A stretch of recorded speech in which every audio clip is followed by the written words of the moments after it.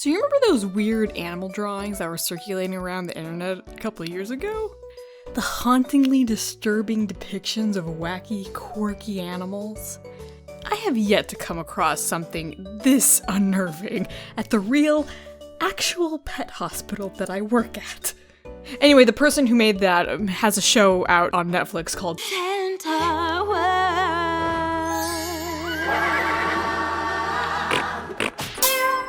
So when I was growing up, I had a fascination with Digimon.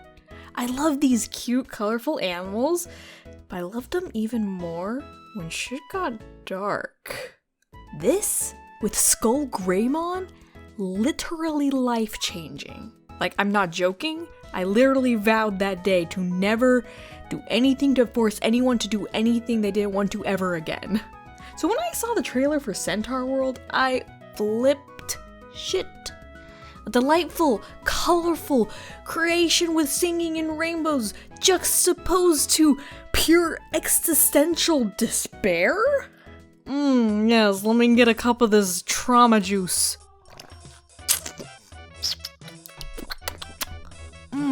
Tastes like 9/11. Of course I'd be excited for this. This is my aesthetic! Absolute cute that can and will make you confront oblivion. So when it came out, I was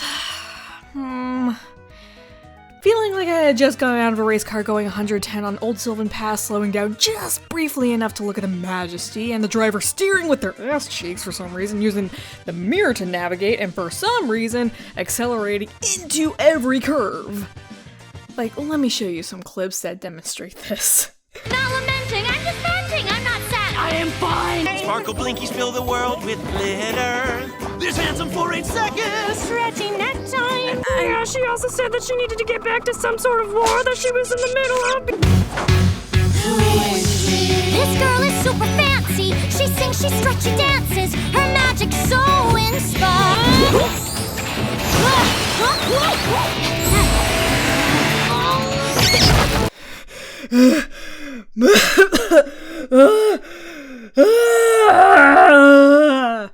It's good. But also, clearly rough. The humor and comedy is on point, but the problem is there's a lot. Like, okay, they make a fart joke song and it's good and it's funny, but also it's kind of a whiplash between the tragic backstory, and then there's the Birdman who's upset that he's a horse now. Two of these things kind of go nowhere, one of which kind of gets mentioned once after that. Her jokes can talk to my farts. And the big important emotional stuff hardly gets mentioned afterwards.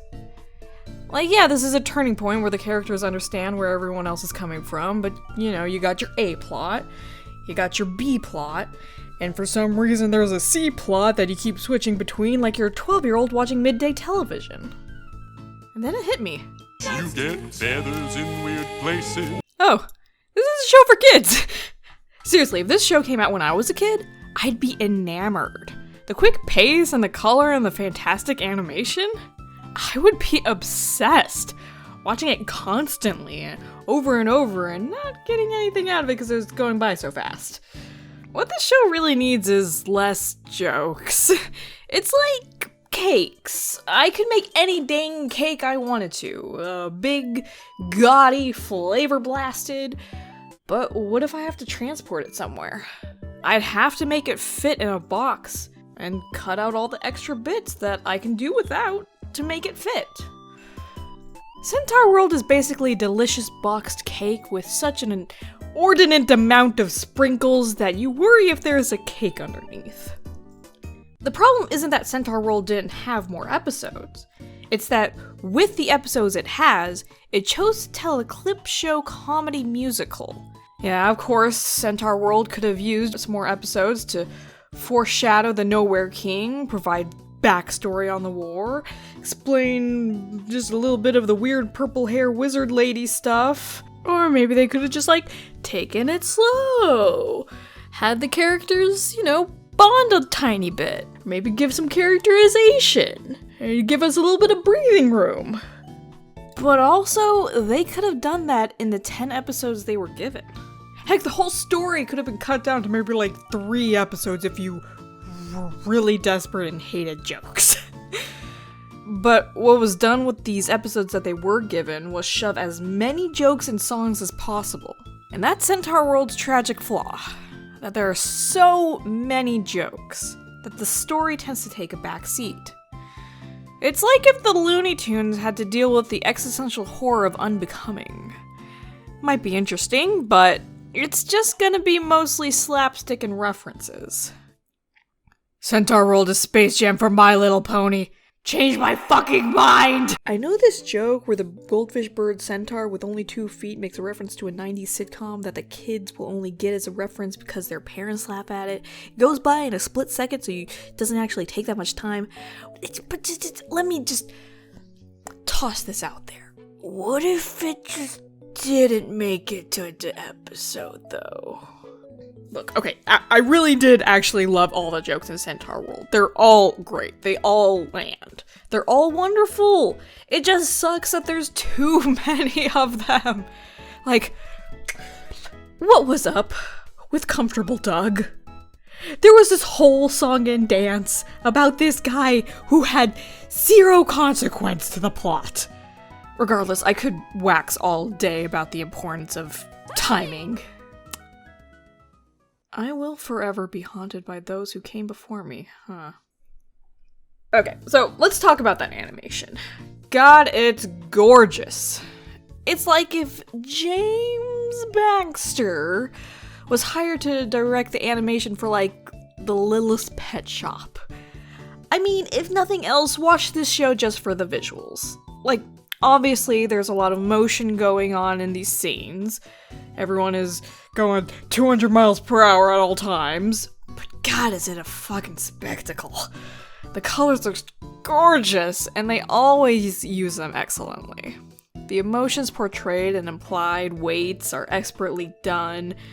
The story is a solid bad guys versus good guys, war is bad kind of plot. Not overly complicated and perfect for the comedy musical that it is. The characters are fun, not much to say about them other than they're fun. Music is good too.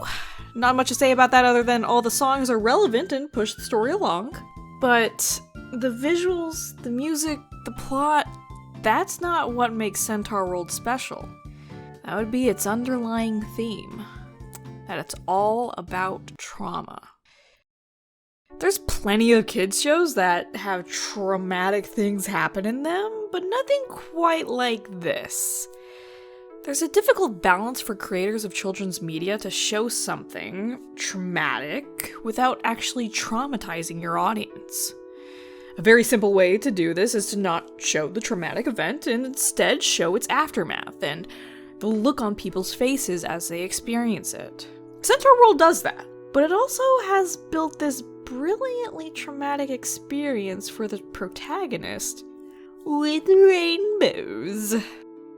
Watching these clips, you probably didn't initially think that Horse was being traumatized by all of this, but she is. She's in an unfamiliar world, out of her control, that's scary and dangerous in a way that she's not used to. Towards the end, she's completely traumatized by what she's experienced, and it changes her. Literally. That's what trauma is, and what it does. It shakes your world and forces you to confront the fact that you are in control of so little. And it changes you. You can choose to make it change you into a more cynical and closed-off person.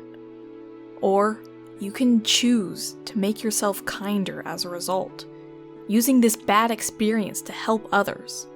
In either case, you're a different person. And it's not just Horse. Every one of the main characters confronts trauma one way or another. And the big bad is literally oozing trauma, wishing to die by the hands of a trusted friend. Look, kids need to be exposed to the idea that the world is chaotic, that things just happen for no reason, and that there is so little we are in control of. Kids need to know about trauma. But you can't show a kid the horrors of war. It will make them colder, more cynical, and less hopeful as an adult. Centaurworld shows trauma through color and song and jokes. easing kids into the idea that, hey, the world is scary, and the only thing you have control over are your own actions. But if you can find friends who care for you no matter what, you're going to be okay. And that is where Centaurworld's strengths lie. So far from home. Just wish they focused on that more! Boy, that was a wild ride. Thanks for watching. I'd like to make more videos like this, so if you liked what you saw and heard, please support me by subscribing here and following me on Twitter. You can also support me on Patreon at patreon.com/Cosmine and take a look at all the rewards. You can get your name here flying by, and if you support me at $10 or more, you get a shout out like this! Thank you, Christopher and Kyle, for their continued support. I want to make fun review, video gaming kind of content for a living, and that wouldn't be possible without your support. Thank you. I kind of want to put like a speculative stuff about possible season 2, but I mean, I miss Cool Horse. I know it'd be bad to go back on that and undo all that character development to restore a character how they were before. Look at you, troll hunters. So I'm fine with these beach balls. Boy, I'm in a cute and colorful world. I hope nothing traumatic and life-changing happens to me. What a horrible monster I have become.